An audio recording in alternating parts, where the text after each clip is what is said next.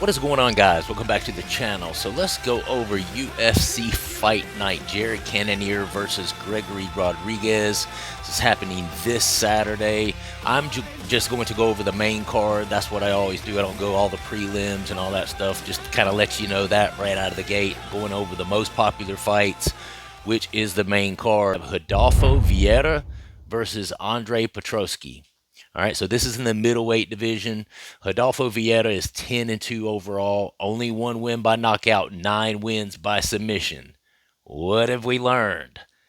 He is going to be shooting for the leg, shooting for the clinch, shooting for the body lock, trying to get guys down, trying to grapple them.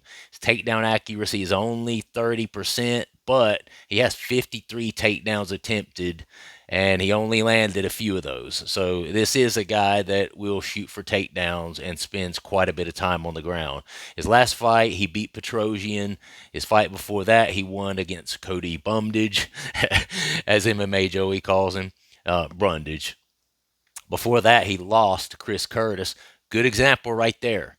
If he can't get you down, he's stuck on the feet. And then against, a good striker, good boxer like Chris Curtis, he lost a pretty strong unanimous decision. So this guy's mainly a grappler. And then you look at Andre Petroski, 12-4 overall, 4 wins by knockout, 4 wins by submission. A big guy in the middleweight division, when he has 16 fights and only 4 are by knockout, you can kind of do the math. He's not a big striker, knockout guy. He's more of a grappler, but he only has 4 wins by submission as well. So I'm assuming he must have quite a few decisions on his record here. He won his last fight against Budka.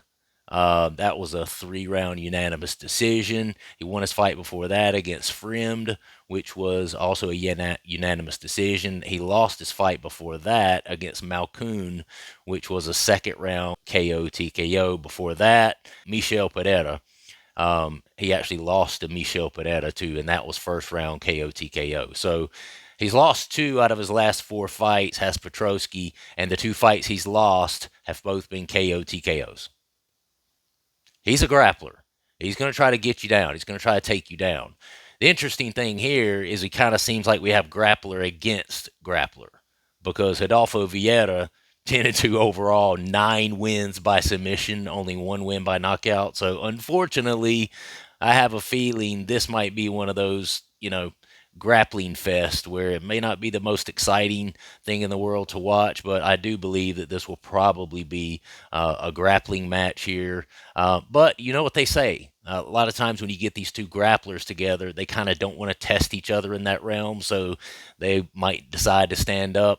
If it's on the mat and it stays on the mat like I believe it will, I'm going to have to go with Rodolfo Vieira. He just has a very much higher finishing rate. He's got 12 fights, and 9 of those are finishes by submission. So he's going for the finish when he's down there. Not so much Andre Petroski.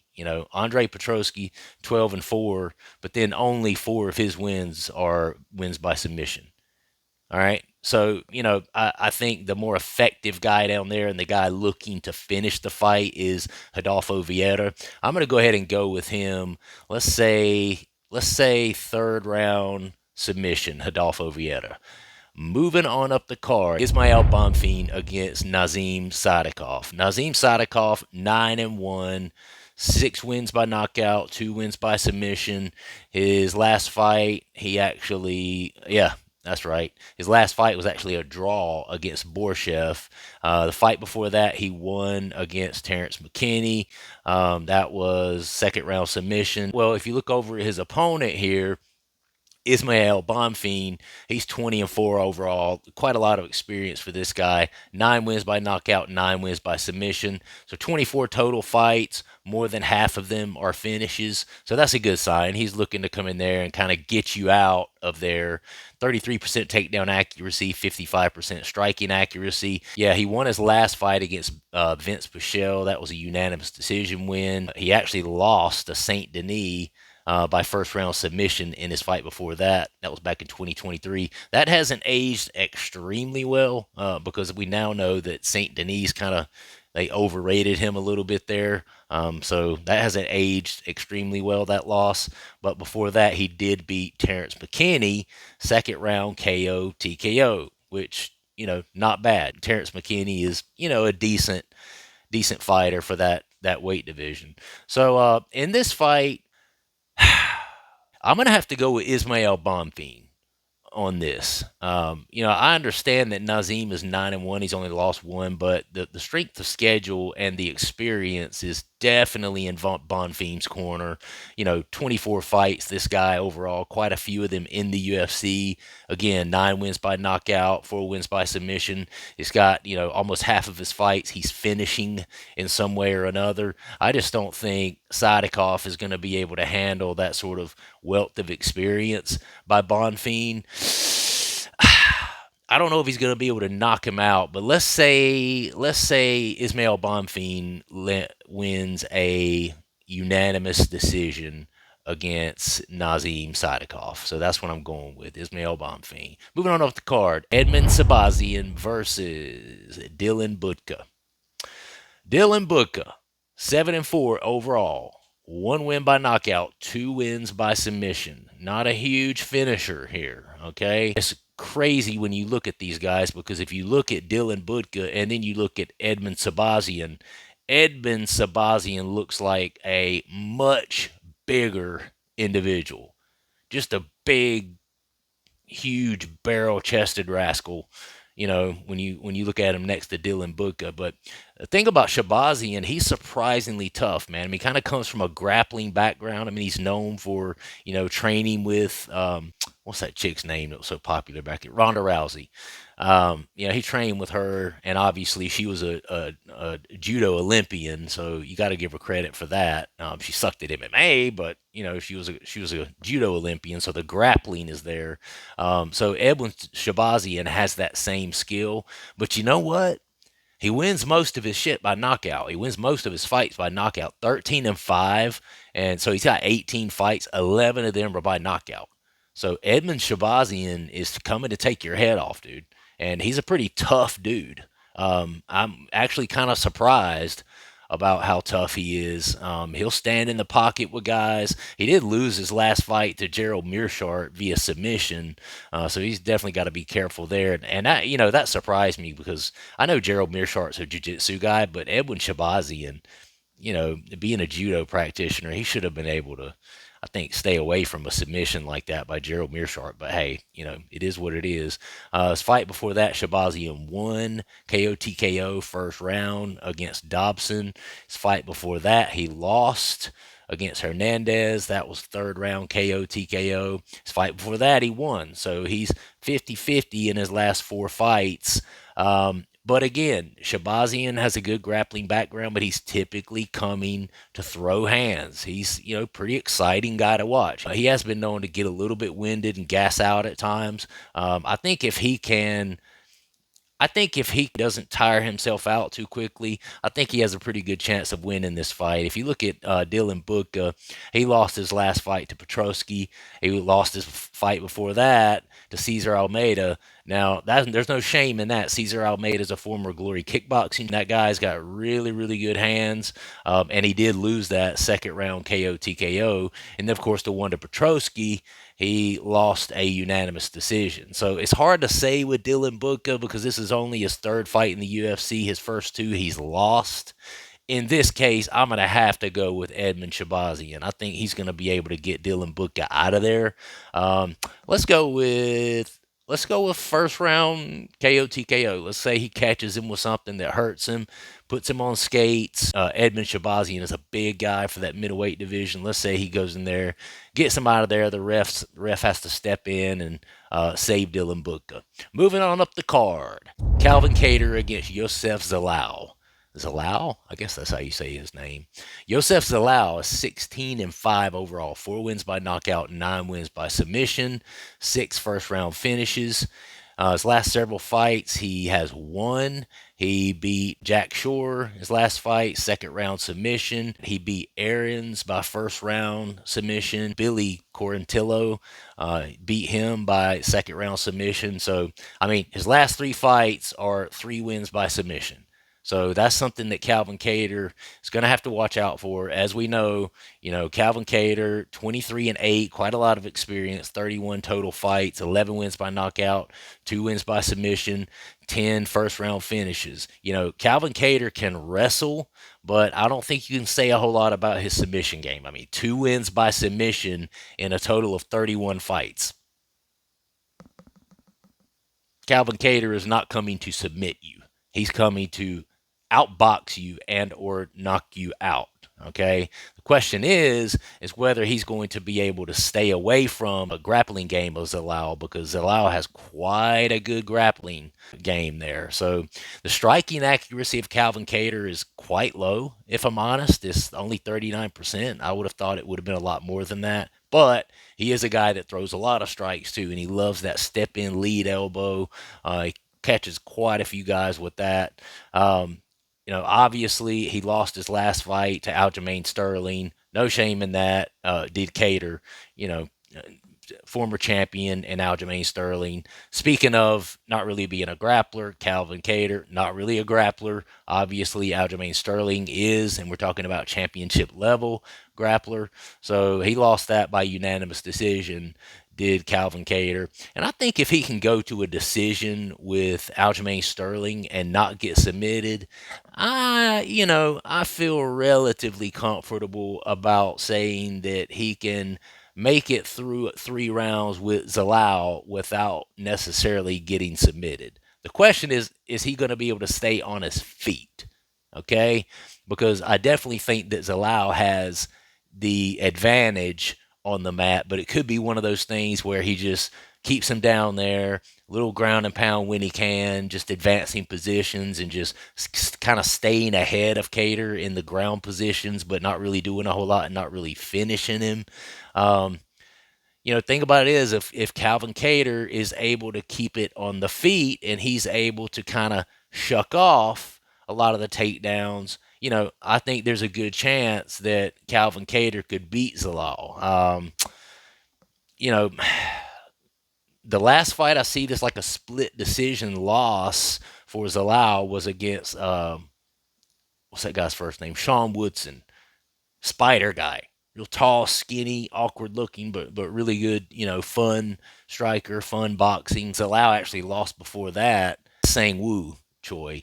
And that was also a decision. So Zalal's tough, man. This one's actually tough to call for me because I don't know if Cater's going to be able to keep it on the feet. And if he's able to keep it on the feet, I'm definitely going with Calvin Cater. I definitely think he can outstrike not only over 3 rounds, but possibly get Zalal out of there, put him on skates, hurt him, maybe get a KO, TKO finish in the second round. But I'm a little worried that Zalal is going to be able to take Cater down and kind of hold him there, rough him up a little bit there. Zalal, I mean, his last 3 fights are all submission wins. Granted, I don't think Jack Shore and Aarons and Billy Quarantillo are anywhere the caliber of Calvin Cater, but this is just to toss it up in the air, pick 'em fight for me. I'm going to say that Calvin Cater is going to be able to stay on the feet. And I think that Zalal is going to be stuck on the feet with him. Calvin Cater's definitely a more talented boxer. Like, again, he loves that step in lead elbow. In his last fight on Aljamain, he threw a couple of good spinning attacks. Calvin Cater's got some skills on the feet. And Zalal, not so much, and you have to go back quite a long ways to see a fight where, I mean, this guy does not finish guys by knockout. He just doesn't. Out of 22 total fights, he has 4 wins by knockout. That's not very much. Not a very high percentage. So 9 wins by submission again. So he's, looking to get you down to finish you, but that's really not a very high finishing rate when you think about it. Well, it's not bad. I'm lying. It finishes basically almost half. 22 fights, 13, over half. Okay. All right. I'm going to go with Calvin Cater. I think that Zalal is going to try to drag him down, try to clinch with him, but I don't think he's going to be able to hold him there. I think that Cater keeps getting up, and I think that when he does get up, he's going to get the better of those exchanges. And I'm going to say Calvin Cater is going to win this by unanimous decision. I think Zalal's good enough with his grappling and 22 total fights, a lot of experience there. I think he's going to be able to stay away from any night-ending shots from Calvin Cater, but I don't think he's good enough to get Calvin Cater down and just have his way with him in the grappling realm. So I'm going to go with Calvin Cater, unanimous decision, and Yosef looking pretty rough and busted up towards the end of that fight. That's where I'm going with. Next fight, main event, Jared Cannonier versus Gregory Rodrigues. Jared Cannonier, a ton of experience, 17-8. So he's got 25 fights overall, 10 wins by knockout, 2 wins by submission. What have we learned?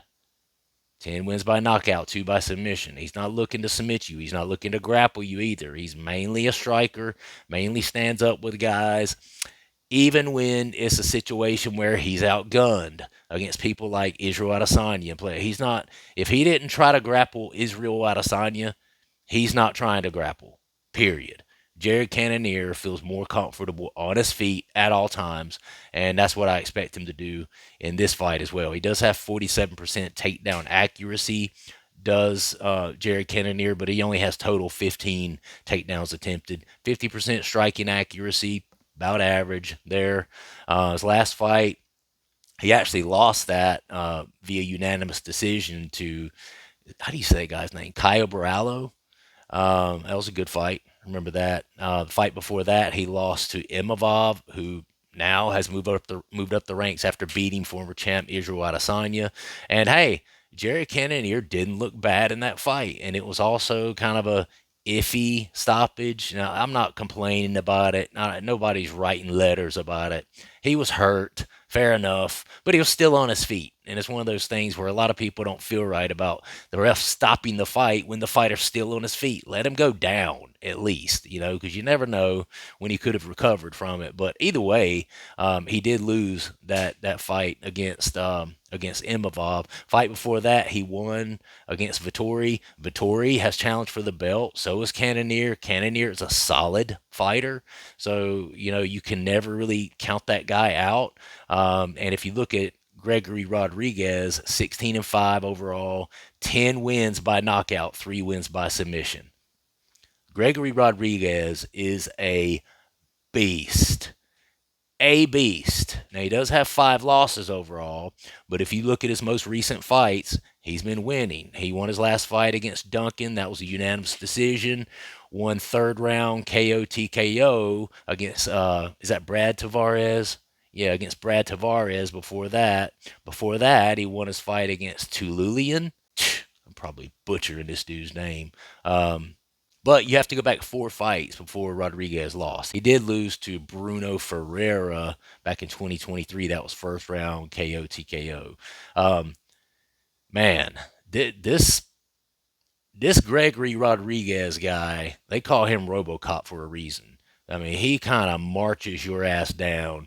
100% takedown defense. He's not going to need it. Jared Cannonier's not going to be trying to take him down anyway. This is going to be a sweet stand-up, like kickboxing, probably mostly boxing match. Both of these guys have power, especially Gregory Rodrigues, man. That dude's power his power at middleweight is pretty scary to me. I mean, Jared Cannonier has a lot of power too. 25 fights, 10 wins by knockout. And then you got 22 fights. I'm sorry, 21 fights for Rodrigues, 10 wins by knockout. So Cannonier has 4 more fights, but the same amount of knockouts as Gregory Rodrigues. Gregory Rodrigues has a ton of power for this division. That scares me for Jared Cannonier a little bit. And Rodrigues is one of those guys, he's really, really aggressive too. So, I don't see him standing on the outside and kind of playing kickboxing back and forth with Jared Cannonier like Israel Adesanya did, and then letting Cannonier survive to a decision. I don't know, man. I'm gonna have to go with Gregory Rodrigues here. Yeah, I am. I think that he's going to crush that space, get inside that void, and catch Jared Cannonier with something. Cannonier has shown to have problems with guys that get in the pocket with him. Now, listen, Jared Cannonier can throw some heat too, and he can throw some heat in the pocket, but he's a guy that kind of prefers this measured approach on the outside, like just in the edge of kickboxing range, right? He has to because he went a full 5 rounds with a glory kickboxing guy in Israel Adesanya and was perfectly fine with fighting that way with him, which I never understood that. But so you got to think that that's going to be his kind of game plan there, and just work his jab, try to work his high kicks, let the two follow and catch him with some hooks and stuff when he can. But the hooks of Rodrigues, I mean, this guy likes to march on the inside of that void and get in there, and he comes in swinging. This dude is very aggressive, and that's how Jared Cannonier lost his last fight. Playing kickboxing with a guy who had significant power with Imavov, and then he let Imavov crush in on that space. He let Imavov get inside that range that Cannonier likes to keep. Then he got caught. And then he got hurt and he got wobbled. And then that's when the ref stepped in and kind of stopped it. He was up against the fence just trying to survive it. And the ref ended up coming in and stopping it. I think Gregory Rodrigues probably has more power than Imavov, to be honest with you. I know it sounds crazy, but this dude's got some scary power at this weight class. So I think he catches Cannonier with something. I don't think this goes 5 rounds. I'm going to say second round KO. Second round KO, maybe TKO by Gregory Rodrigues. I hate to do Jared Cannonier like that. He's been around for quite a long time, but he's getting on up there in age just a little bit as well. Although Gregory Rodrigues looks like about a 55-year-old man, he's not. Yeah, so I'm gonna go with Gregory Rodrigues getting Jared Cannonier out of there. KO, TKO, second round referee stoppage. That's what I got. Hope you guys enjoy the fights. I know I will. If you would, subscribe to the channel, like the video, and comment down below. Let me know who you think takes it on this main fight between Gregory Rodrigues and Jared Cannonier. Thanks so much for watching. I'll see you on the next one.